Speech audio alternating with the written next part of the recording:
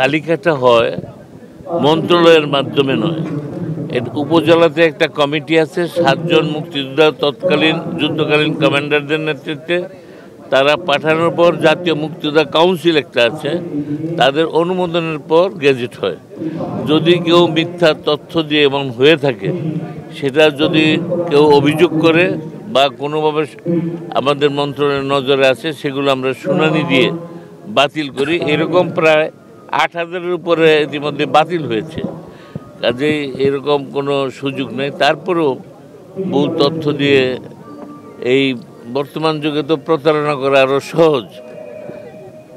সেই জন্য যদি কারো সুনির্দিষ্ট কোনো তথ্য জানা থাকে যে মুক্তিযুদ্ধ হয়েছে, অভিযোগ দেওয়া হলে যথাযথ তদন্তের মাধ্যমে সেটা অবশ্যই বাতিল হবে। শুধু বাতিল হবে না, তাদের শাস্তিও হবে। বাংলাদেশের প্রথম রাজধানী এবং এই রাজধানীতেই আমাদের সেই মুক্তিযুদ্ধকালীন সরকার, যদিও আমরা মুজিবনগর সরকার বলি, এটাই হচ্ছে এই সরকারের ধারাবাহিকতাই কিন্তু আজকের এই সরকার। সেটা বাংলাদেশের প্রথম সরকার, গণপ্রজাতন্ত্রী বাংলাদেশ সরকার। এই স্মৃতিকে অম্লান করে রাখার জন্য এবং আন্তর্জাতিক মানের করার জন্য আমরা অনেক পরিকল্পনা নিয়েছি। মাননীয় প্রধানমন্ত্রী সেগুলো দেখেছেন, ওনারও কিছু অবজারভেশন আছে যেটা যাতে এটাকে আন্তর্জাতিক মানের করা যায়, সেই জন্য উনি ওনার কিছু মতামত ব্যক্ত করেছেন। গতকালকে আমরা সর্বস্তরের স্টেক হোল্ডার যারা আছে,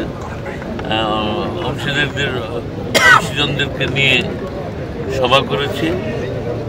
আমাদের এই জনপ্রশাসন মন্ত্রীর সভাপতিত্বে এখানে সভা হয়েছে। আমরা সেখানে আমাদের সেই প্রকল্পটা প্রাথমিকভাবে চূড়ান্তকরণ করেছি। অল্প দিনের মধ্যেই এটা একদিকে যাবে, একদিকে অনুমোদন হওয়ার পরে আমরা আশা করি দ্রুতই কাজ শুরু হবে। আগামী 17 এপ্রিলের পূর্বেই ইনশাল্লাহ আপনারা দেখতে পাবেন যে এখানে এটার যে আমরা একটা খুব আন্তর্জাতিক মানের পরিকল্পনা নিয়েছি, সেই কর্মকাণ্ড কর্মযজ্ঞ শুরু হয়ে যাবে।